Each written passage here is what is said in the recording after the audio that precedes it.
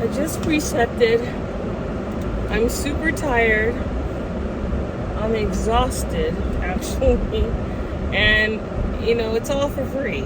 How can we put a price on learning material? So, it was a good experience. Of course, I made mistakes. Of course, I was asked. So, did you learn this already? And I'm thinking in my head, yeah, I did, but I forgot. I have literally been on vacation, and to some that may not be a long time, but when you're doing this repeatedly, going and coming, it's been a while for me. So a couple of things I did forget, and I was a little rusty, but I want to make a commitment to come back tomorrow. She seems to be a person that cares, really cares. She wants me to know, wants me to learn. She's asking me questions, and sometimes I have the answer, sometimes I don't. I just wanted to kind of come in here and just do a lot of hands-on. I'm better usually at hands-on than it comes to textbook, bottom line. Once I do something a few times, I'm good. Do I think I can handle ICU? I believe I can, of course, with some experience. With time, of course, with time. It was an enjoyable experience because I feel like I learned a lot, and I also feel like there's a lot to learn. There was a couple of dry periods where it was like nothing to do. We were sitting down, and I found that shocking. I was like, oh wow. To me, med-surg, I felt like I was running in med-surg constantly with even 2 patients. Imagine 4, 3 or 4, whatever. We had 1 patient today. This patient had been in a motor vehicle accident and was drinking. There was a head-on collision. Coincidentally, the patient in the other car was in the ICU as well. I didn't see the patient, but this is just information that was shared in the report.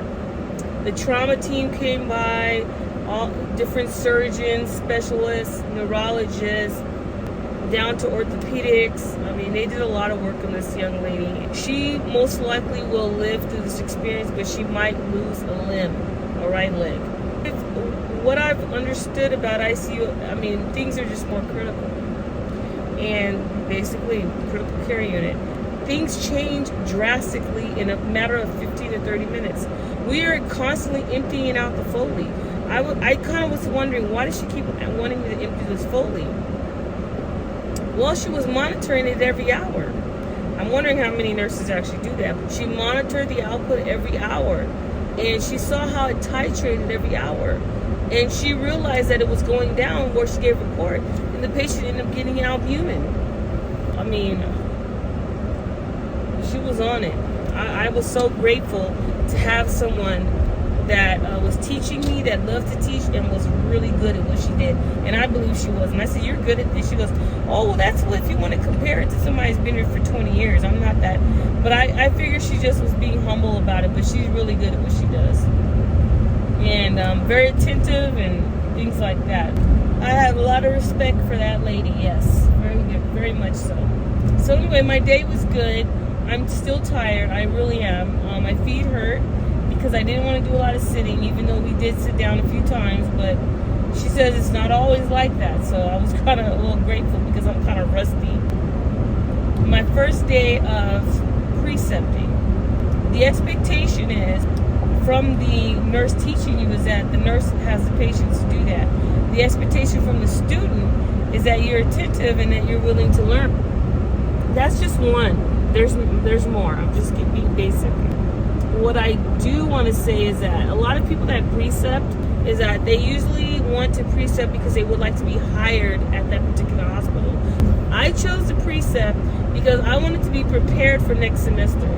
And I knew that if we had a long summer break and I was going to be rusty, I knew that instantly. And I want to make sure that I'm on top of things for 4th semester. I do not want to fail out my 4th semester.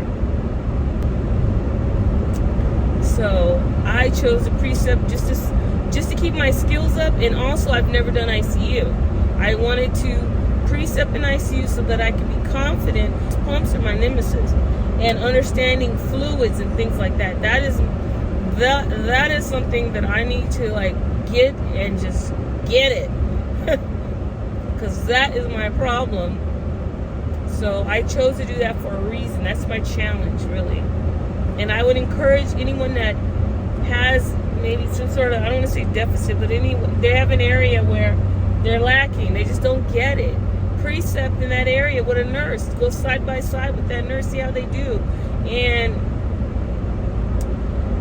learn something. And then become confident in that area so that when you do go back to school, finish up school and work there, you feel a little bit better about things. But anyhow, I wanted to share with you my experience during Precept. If you don't know me, of course, I am Kalessa. I am Nurse Q. I am a nursing student over 40, and I have children. Yes, I started late, but I'm still doing it. I am passing. And I'm an LVN as well. I want to encourage anyone who wants to do this to do it. Do not let people try to distract you from your dreams. Do not let anyone tell you can't do it. Do not let anyone say you have children, you can't.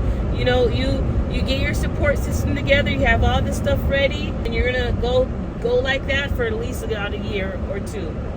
Or 3, depending on the person. That's me. But if you want to follow me in my journey, I would love to have you. I love to tell people, or other nurses or students or people, women over 40, parents over 40 with children, single mothers, that they can do it. I just want to be an inspiration to them. Your comments and your feedback inspire me to continue as well. Thank you. Have a wonderful day. Night.